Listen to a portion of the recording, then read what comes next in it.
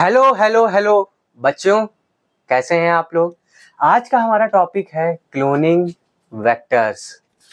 Clone का मतलब होता है कॉपी, यानी एक दूसरे की आइडेंटिकल कॉपी बनाना। जब आप फोटोकॉपी कराते हैं किसी पेज की तो उसमें एक दूसरे के पेज के आइडेंटिकल पेज तैयार हो जाते हैं। ठीक, जो मशीन है जिसमें आप अपना पेज लेके जाते हैं और फिर वो मशीन उसी की कॉपी बना देती है, सेम टू सेम, खूब सारी, है ना। तो यहाँ क्लोनिंग का मतलब कॉपी से है, वही आइडेंटिकल कॉपी बनाने से। बस यहाँ अंतर ये रहता है कि यहाँ पर जो है कॉपी जो बनेगी, यहाँ कॉपी से मतलब है रेप्लिकेशन से, और वो भी रेप्लिकेशन आप सभी को पता है डीएनए का। यहाँ पर डीएनए की कॉपी बनती है और डीएनए कई सारे, 1 से 2 या 2 से 4 इस तरह इसकी कॉपी तैयार होने लगती है। ठीक, तो ये जो डीएनए है, पेरेंटल डीएनए और डॉटर डीएनए, ये सब एक दूसरे की आइडेंटिकल होती हैं, हूबहू होती हैं, सेम टू सेम होती हैं। ठीक है, क्लोनिंग का मतलब क्लियर हुआ। देखिए, टर्म लिखा है वेक्टर। वेक्टर एक जनरल टर्म है। कोई भी गाड़ी जो सामान को ले और उसको लेके जाए दूसरी जगह में, उसे वेक्टर कहते हैं। गाड़ी जो सामान को ले और उसको लेके जाए दूसरी जगह, उस गाड़ी को वेक्टर कहते हैं। वेक्टर की डिफिनेशन देखिए, लिखी है, वेक्टर्स आर व्हीकल और carriers DNA which transfer desire gene into host cell. यहाँ पर हम वेक्टर्स जो टर्म है, ये हम यहाँ पर बायोटेक्नोलॉजी में जनरली डीएनए के लिए इस्तेमाल करेंगे। यानी यहाँ पर जो गाड़ी होगी वो डीएनए होगी, डीएनए की गाड़ी होगी। ठीक, इधर देखिए, जैसे ये वायरस होता है, ये वायरस जब बैक्टीरिया के पास आता है इन्फेक्ट कराने, तो उस वायरस को हम बैक्टीरियोफेज कहते हैं, सभी को पता है। अब ये वायरस जब बैक्टीरिया के पास आता है तो अपनी हूबहू खूब सारी आइडेंटिकल कॉपी बनाता है, यानी खुद का क्या कराता है, क्लोनिंग कराता है कि नहीं। इसी तरह जो बैक्टीरिया में पाया जाया प्लाज्मिड होता है, वही आपका autonomously replicating extra circular chromosomal DNA, तो वो भी तो बैक्टीरिया के अंदर अपनी कई सारी कॉपी क्रिएट करता है, फोटोकॉपी बनाता है रेप्लिकेशन के जरिए, है ना। तो इस रेप्लिकेशन के मेथड को, इनके तरीके को, इनके सामान को एक वेक्टर की तरह इस्तेमाल करने लगते हैं, ताकि भाई आप तो रेप्लिकेट कर रहे हो, तो आप मेरा सामान लो, उसको भी रेप्लिकेट कराओ अपने साथ। कैसे, क्या समझाना चाहते हैं, इधर देखिए। ये मैंने अपने काम का जीन, डिजायर्ड जीन लिया है, वही जीन जो आपका आगे जाके आरएनए बनाता था, उसी से प्रोटीन बनती थी और वो प्रोटीन हमारे काम की थी, है ना। तो ये मैं डिजायर्ड जीन इधर ले लिया है। अब इस डिजायर्ड जीन को यहां पर मैं एक प्लाज्मिड बना रहा हूं, बैक्टीरिया का है। ठीक, अब क्या होता है, जब ये डिजायर्ड जीन डीएनए जो है वो आपका जब सेल के बाहर आता है तो वो रेप्लिकेट करने की ताकत को खो देता है या छोड़ देता है। तो उस रेप्लिकेशन की ताकत को वापस पाने के लिए इस डिजायर्ड जीन को प्लाज्मिड से जोड़ा जाता है। अब देखिए, मैं आपको जोड़ के दिखा रहा हूं। ठीक,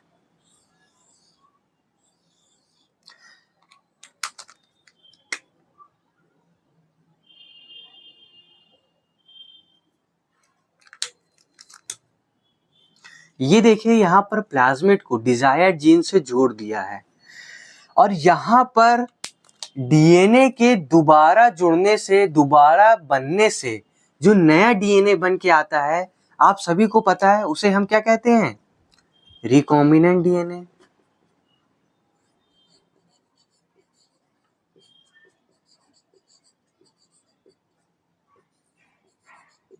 शॉर्ट में इसको आरडीएनए कहते हैं। ये सब फिर से रिवाइज करा रहे हैं हम। अब इस रिकॉम्बिनेंट डीएनए को या आरडीएनए को देखिए, ये जो प्लाज्मिड है इसने इस डिजायर्ड जीन को अपने पास रख लिया है। अब ये प्लाज्मिड जो रिकॉम्बिनेंट डीएनए है ये हमारा आगे जाके बैक्टीरिया के अंदर डाला जाता है।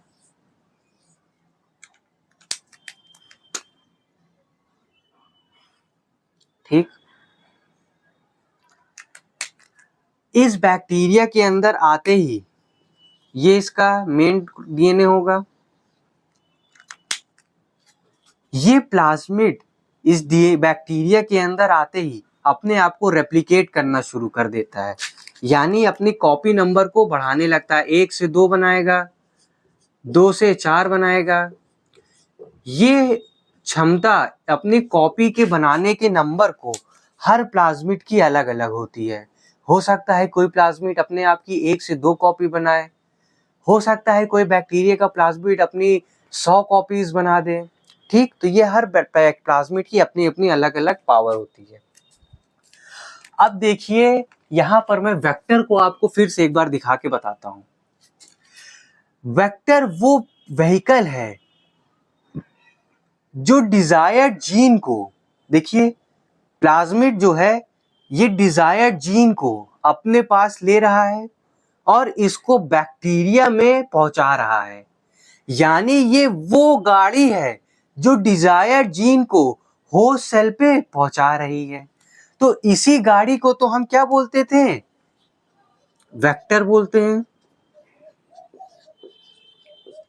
ठीक, यहां पर आपको एक बात ध्यान रखना है कि यहां पर जो बायोटेक्नोलॉजी में जो वेक्टर इस्तेमाल में लेंगे तो वो हमारा डीएनए है, यानी ये पूरा डीएनए का सेगमेंट है, ये पूरा डीएनए है।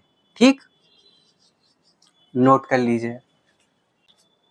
तो साइंटिस्टों ने सोचा कि क्यों ना मैं प्लाज्मिड ही जेनेटिकली मॉडिफाई कर दूं, मतलब मैं प्लाज्मिड को ही बनाता हूं अपने हाथों से बाहर केमिकल के जरिए और आर्टिफिशियल प्लाज्मिड को इस बैक्टीरिया में डालूं ताकि वो आर्टिफिशियल प्लाज्मिड अब हमारे हिसाब से उसको रेप्लिकेट कर पाए और हमारे काम का सामान उसमें रख पाए।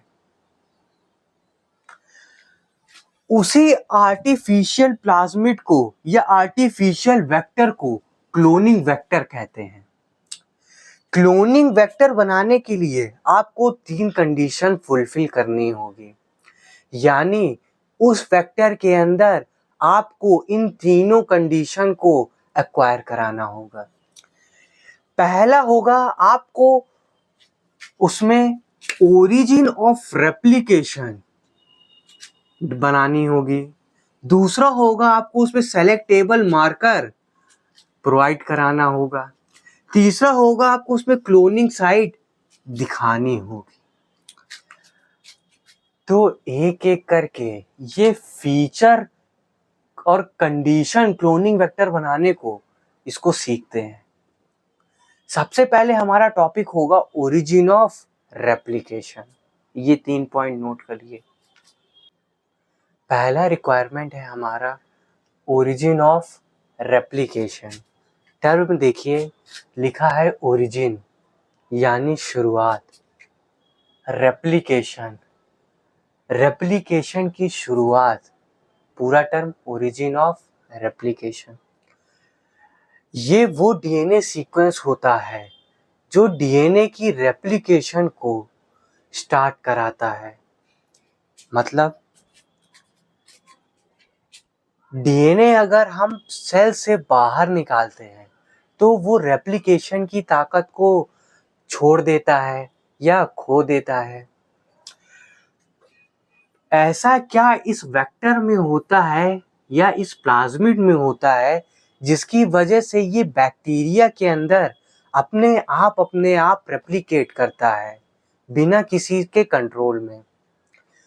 तो इस बैक्टीरिया या इस वेक्टर या इस प्लाज्मिड के पास एक डीएनए सीक्वेंस होता है जिसे हम बोलते हैं ORI, origin of replication, short में ORI। ये डीएनए सीक्वेंस जैसे ही आपको किसी डीएनए में मिलेगा तो उस डीएनए का रेप्लिकेशन स्टार्ट करा देगा। तो ये जो डिजायर जीन है आपका, ये तो अभी रेप्लिकेट कर सकता है कि नहीं बताइए? नहीं कर सकता क्योंकि इसके पास ORI नहीं है। इसलिए इस डिजायर जीन को हम वेक्टर के अंदर जोड़ देते हैं और rDNA बनाते हैं। इस rDNA के पास ORI मौजूद है जिसकी वजह से अब ये जो आपका rDNA है ये आपका इंडिपेंडेंटली यानी अपने आप से रेप्लिकेट करने की ताकत इसके पास आ जाती है।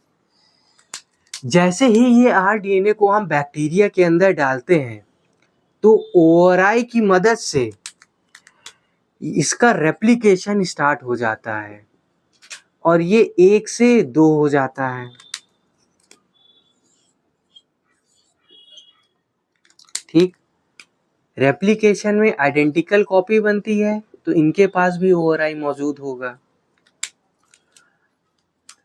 आप यहाँ पर देखिए कि यहाँ पर हम डिजायर्ड जीन का नंबर बढ़ा रहे हैं।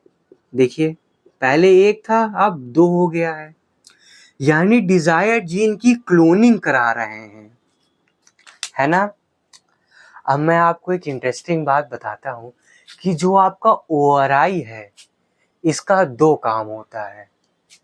पहला आप सभी को क्लियर हो गया होगा, पहला काम है इसका रेप्लिकेशन को स्टार्ट कराना।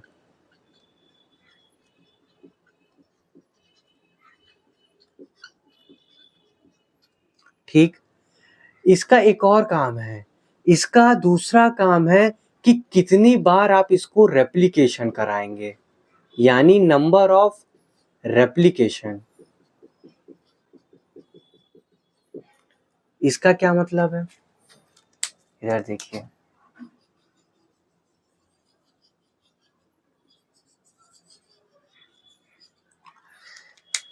इसका मतलब इस ORI के पास ताकत है कि इस rDNA को या इस प्लाज्मिड को कितनी बार बैक्टीरिया के अंदर डिवाइड करना है।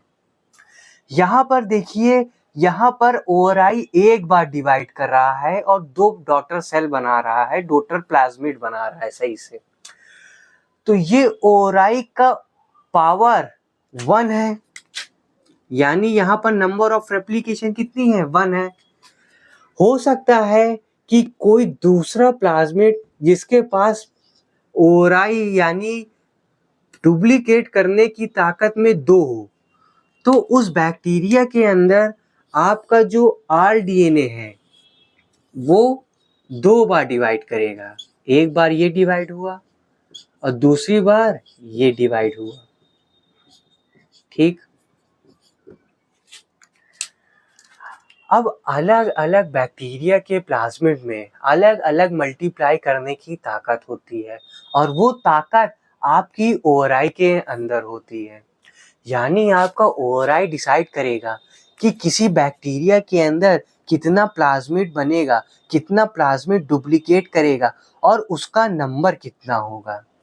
तो यानी ये यहाँ पर rDNA के रेप्लिकेशन को या जीन क्लोनिंग को कंट्रोल कर रहा है कि कितना बनेगा, इसी को तो कंट्रोल कहते हैं।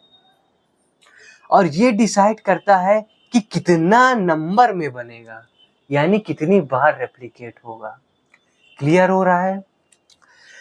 यहीं पर जो मैंने आपको समझाया है इसे यहाँ पर नोट डाउन कर दिया है। देखिए क्या लिखा है, इसको साथ साथ आप नोट कर लीजिए।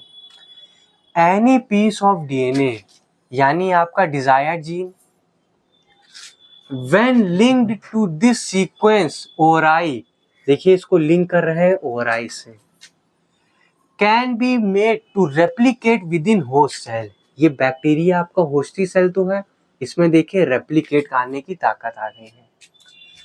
अब दूसरा पॉइंट देखिए, this site increase the number of desired gene into host cell. देखिए 1 से 2 हो गया या उससे ज्यादा हो सकते हैं, डिजायर्ड जीन के नंबर को बढ़ा रहा है। थर्ड पॉइंट है, ovary site is also responsible for increase and controlling. ये टर्म ध्यान दीजिएगा, बढ़ाता भी है और कंट्रोल भी करता है, यानी कितना बैक्टीरिया के अंदर प्लाज्मिड बनेगा और कितना बार बनेगा। The copy number of plasmid within the host cell. Fourth point देखिए, कुछ प्लाज्मिड में देखा गया है मे हैव ओनली 1 और 2 कॉपी नंबर पर सेल। यहाँ पर 1 था, यहाँ पर 2 था, कॉपी नंबर पर सेल डिवाइड करने का। हो सकता है कि कुछ में 15 से 100 बार कॉपी करने की पावर हो पर सेल में। ये एक ही सेल के अंदर तो डिवाइड कर रहा है ना। तो उसका जो प्लाज्मिड का रेप्लिकेट करने का नंबर है वो उससे ज्यादा भी जा सकता है। ठीक, नोट कर लीजिए पूरा। दूसरी रिक्वायर्ड प्रॉपर्टी है हमारी सेलेक्टेबल मार्कर। टर्म देखिए लिखा है मार्कर, यानी इंडिकेटर। कोई चीज में आप निशानी लगा दें उसे मार्क करना कहते हैं। निशानी लगाने के बाद, मार्क करने के बाद हम उस चीज को ढूंढ लेते हैं, यानी सेलेक्ट कर लेते हैं, तो पूरा नाम आ जाता है सेलेक्टेबल मार्कर। क्या है, इधर देखिए, ये मैंने वेक्टर लिया है और डिजायर्ड जीन लिया है।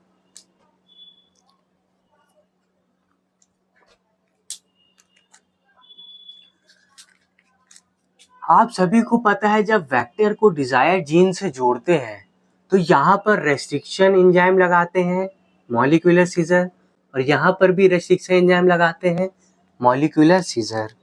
फिर बाद में ये दोनों एक दूसरे से जुड़ जाते हैं। वेक्टर जो है वो कई सारे लिए जाते हैं, प्लाज्मिड कई सारे लिए जाते हैं, तो वो यहाँ पर हमारी 2 पॉसिबिलिटी क्रिएट होती थी।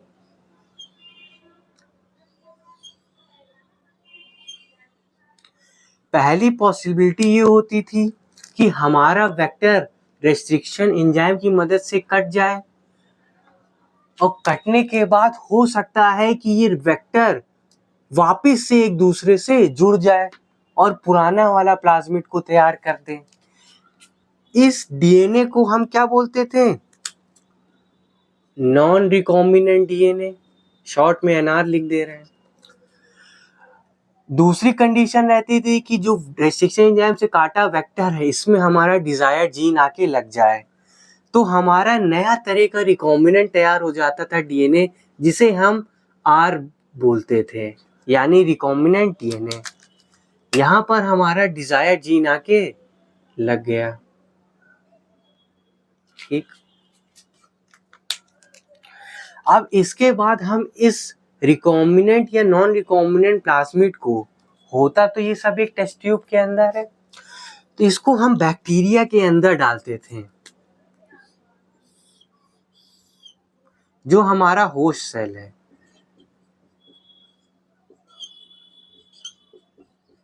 क्लियर हो रहा है यहाँ तक?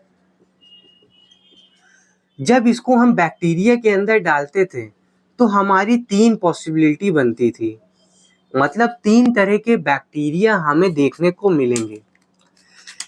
पहली पॉसिबिलिटी में हमें बैक्टीरिया मिलता है, हो सकता है उसमें हमारा कोई भी प्लाज्मिड या कोई भी हमारा वेक्टर ना पहुंच पाए। उस तरह के बैक्टीरिया को हम बोलते थे नॉन ट्रांसफॉर्मेंट बैक्टीरिया, शॉर्ट में एनटी लिख दे रहे हैं। ठीक, दूसरी पॉसिबिलिटी हमारी बनती थी बैक्टीरिया के अंदर वेक्टर तो आए लेकिन नॉन रिकॉम्बिनेंट वाला आ जाए। तो दूसरी पॉसिबिलिटी थी हमारा ट्रांसफॉर्म तो हो, यानी वेक्टर तो आके बैक्टीरिया को बदल दे, ट्रांसफॉर्म कर दे, लेकिन नॉन रिकॉम्बिनेंट टाइप का हो, तो ट्रांसफॉर्मेंट नॉन रिकॉम्बिनेंट शॉर्ट में। तीसरी पॉसिबिलिटी हमारी होती थी कि बैक्टीरिया के अंदर हमारा रिकॉम्बिनेंट डीएनए आ जाए, वेक्टर आ जाए, जिसकी वजह से बैक्टीरिया हमारा ट्रांसफॉर्मेंट रिकॉम्बिनेंट बैक्टीरिया जिसे हम कहने लगे। ठीक।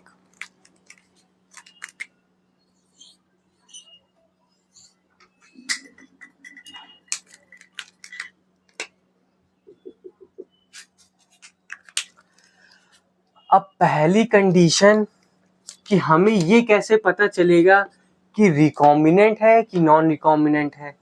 दूसरी कंडीशन, हमें ये कैसे पता चलेगा कि नॉन ट्रांसफॉर्मेंट है, ट्रांसफॉर्मेंट नॉन रिकॉम्बिनेंट है कि ट्रांसफॉर्मेंट रिकॉम्बिनेंट है। इन बैक्टीरिया को पहचानने के लिए हम इस पे मार्कर डालते हैं ताकि हम अपने काम का बैक्टीरिया को सेलेक्ट कर पाएं। तभी तो नाम पड़ा सेलेक्टेबल मार्कर। तो वो मार्कर क्या है, वो क्या चीज आप इसमें डालेंगे कि हम पहचाने कि कौन क्या है।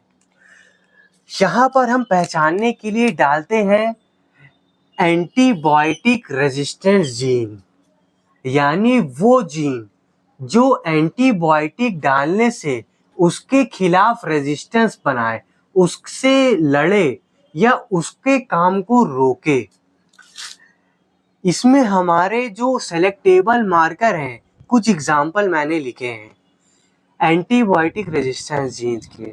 देखिए पहला लिखा है एम्पिसिलिन रेजिस्टेंस जीन, वो जीन जो एम्पिसिलिन एंटीबायोटिक के खिलाफ काम करे। ठीक है, क्लियर हो रहा है। शॉर्ट में उसे हम AMPR कहते हैं, AMPR। इसी तरह दूसरा नाम देखिए क्लोरो एम्फेनिकॉल रेजिस्टेंस जीन, शॉर्ट में CHLR। Tetracycline resistance gene, TET ऊपर R। Kanamycin resistance gene, KAN ऊपर R। ठीक। डिफिनीशन देखिए क्या लिखी है, इसको साथ साथ नोट कर लीजिए। दिस जीन, ये एक ऐसा जीन है, is required for selection of transformant with recombinant cell, यानी ट्रांसफॉर्मेंट रिकॉम्बिनेंट सेल को पहचानने वाला ये जीन है। एक बात आपको मैं बताऊं, यहाँ पर एंटीबायोटिक रेजिस्टेंस जीन वही लेंगे जो इस बैक्टीरिया के अंदर पहले से अब्सेंट होगा, यानी इस बैक्टीरिया में मौजूद ना हो। मतलब कि अगर आप ई कोलाई का बैक्टीरिया ले रहे हैं तो उसके अंदर इन सब एंटीबायोटिक के अगेंस्ट रेजिस्टेंस जीन मौजूद नहीं होना चाहिए। ठीक। अब इसको ढूंढते कैसे हैं कि कौन नॉन ट्रांसफॉर्मेंट है, कौन ट्रांसफॉर्मेंट नॉन रिकॉम्बिनेंट है, कौन ट्रांसफॉर्मेंट रिकॉम्बिनेंट है, इसको हम एक अलग वीडियो में बताएंगे। 15 से 20 मिनट लगता है, तो ये टॉपिक का जो ढूंढने वाला पोर्शन है वो हम एक अलग वीडियो में कराएंगे। बिल्कुल परेशान मत होना, हमेशा अलग से ही पढ़ाते हैं, इसके बाद आएगा। ठीक, नोट कर लीजिए। हमारा तीसरा रिक्वायरमेंट है क्लोनिंग या रेस्ट्रिक्शन साइट। एनसीईआरटी में दिया है क्लोनिंग साइट, मतलब क्लोनिंग साइट एक तरह से रेस्ट्रिक्शन साइट है जहां पर हमारा डिजायर्ड जीन आकर वेक्टर से जुड़ता है। क्लोन का मतलब होता है कॉपी करना, यानी वहां पर वो रह के अपनी कॉपी क्रिएट कराएगा। ठीक, क्या मतलब है, इधर देखिए। क्लोनिंग साइट वो साइट है, फिर से दोहरा रहे हैं, क्लोनिंग साइट वो साइट है जहां पर डिजायर्ड जीन आकर जुड़ता है, जिसे हम रिकॉग्निशन साइट भी कहते हैं। ये वेक्टर है और ये डिजायर्ड जीन है। हमने डीएनए से डिजायर्ड जीन को काटा, जिसकी मदद से रेस्ट्रिक्शन इंडोन्यूक्लियस, इसमें हमने इस्तेमाल करा इको आर फर्स्ट, जो कि हमारा एक रेस्ट्रिक्शन इंडोन्यूक्लियस एंजाइम है। इको आर फर्स्ट डालते ही डीएनए का हमारा टुकड़ा टूट जाएगा और हमारा डीएनए सेगमेंट बाहर आएगा। ठीक, हाँ, रेस्ट्रिक्शन एंजाइम क्या ढूंढेगा इको आर फर्स्ट का? Recognition site. यहाँ पर रिकॉग्निशन साइट आप सभी को पता है क्या होता है, GAATTC इको आर फर्स्ट का। यहाँ भी GAATTC, जैसे ही इसको देखेगा कट कर देगा, जैसे ही यहाँ पर GATC देखेगा कट कर देगा, और ये हमारा काम का जीन बाहर आ जाएगा। ठीक इसी प्रकार वेक्टर को भी हम सेम रेस्ट्रिक्शन एंजाइम से काटते हैं।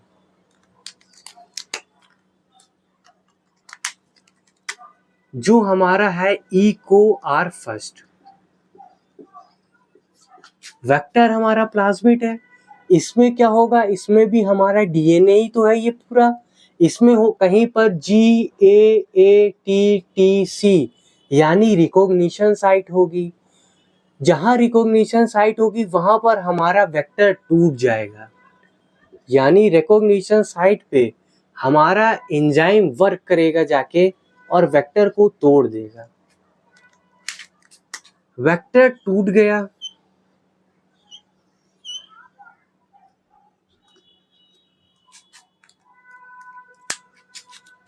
इसको और इसको same restriction enzyme Eco R first काटने की वजह से ये दोनों सेगमेंट एक दूसरे के कॉम्प्लीमेंट्री होते हैं।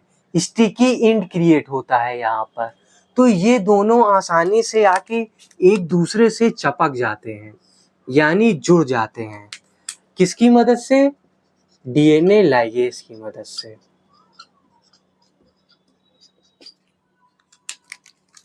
समझिएगा, अभी आएगा टॉपिक।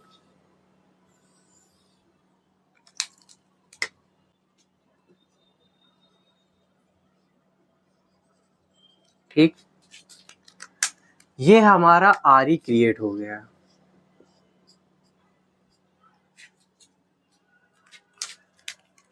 ये रेस्ट्रिक्शन साइट वेक्टर में रिप्रेजेंट करने के लिए हमारा आरी क्रिएट हो गया है। अब देखिए, यही रेस्ट्रिक्शन साइट को हम क्लोनिंग साइट कहते हैं।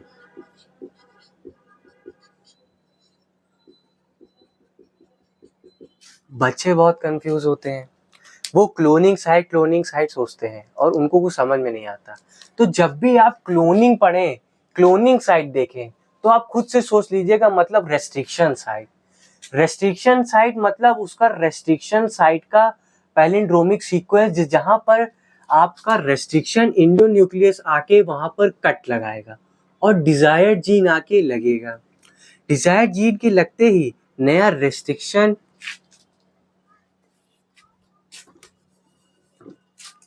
रिकॉम्बिनेंट डीएनए आपका तैयार हो जाएगा।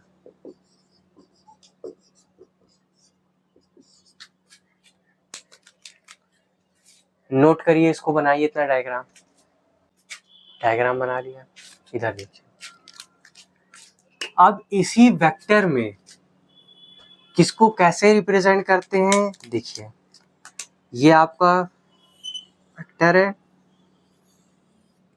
इसमें आपको अगर रिप्रेजेंट करना है क्लोनिंग साइट या रिकॉग्निशन साइट, तो ऐसे एरो लगा देते हैं और उसके आगे लिख देते हैं इको आर फर्स्ट, यानी यहाँ पर आके आपका इको आर फर्स्ट इस प्लाज्मिड को कट करेगा। ये रिप्रेजेंटेशन है।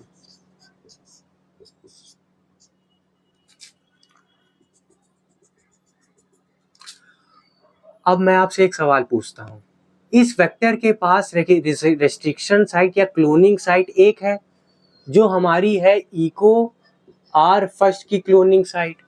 ठीक, अगर मैं यहाँ पर कोई दूसरा डीएनए ले लूं और इसको मैं रेस्ट्रिक्शन एंजाइम की मदद से तोड़ता हूं, यहाँ पर मैं रेस्ट्रिक्शन इंडोन्यूक्लियस दूसरा ले लूँ, मान लीजिए ले लेता हूँ हिंद थर्ड। ठीक, हिंद थर्ड क्या करेगा, अपना पैलिंड्रोमिक सीक्वेंस ढूंढेगा और इसको काट देगा। यहाँ पर डीएनए के टुकड़ा बाहर आ जाएगा। अब ये टुकड़ा और ये टुकड़ा क्या एक दूसरे से जुड़ सकते हैं?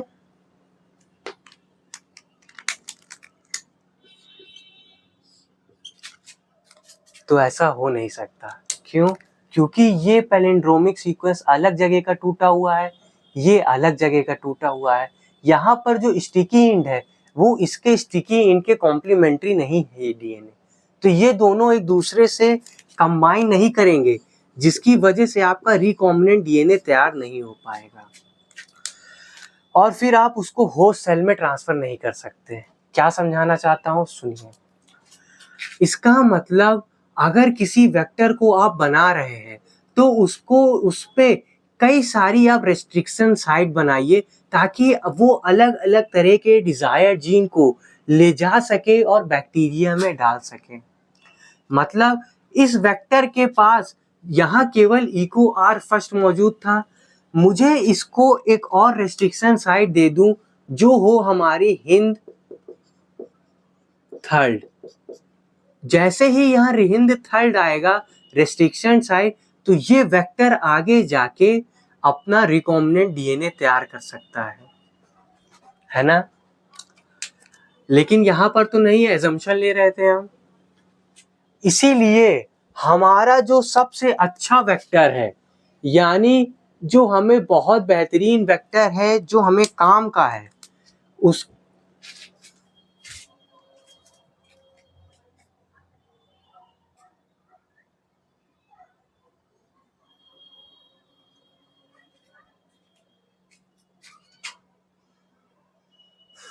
सबसे अच्छा वेक्टर देखिए, सबसे अच्छा वेक्टर वो होगा जिसके पास कई सारी रेस्ट्रिक्शन साइट होंगी या क्लोनिंग साइट होगी, जिसमें कई तरह के डिजायर्ड जीन आके लग सके।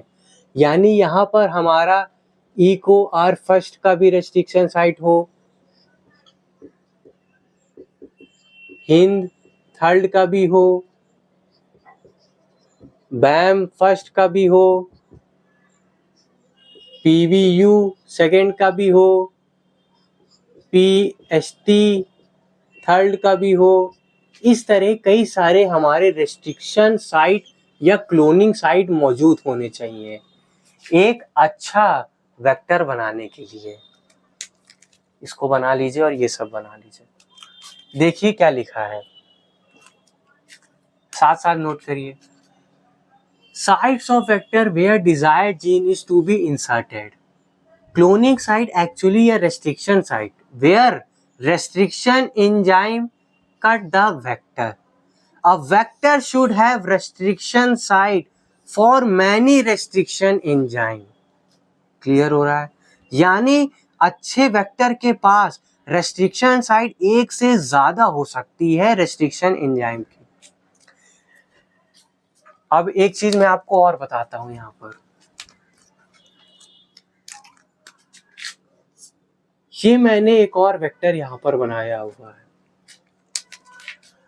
अब यहाँ पर मैंने एक restriction site Eco R first दी हुई है, यहाँ पर मैंने एक और restriction site Eco R first की दी हुई है, एक और restriction site Eco R first की दी हुई है।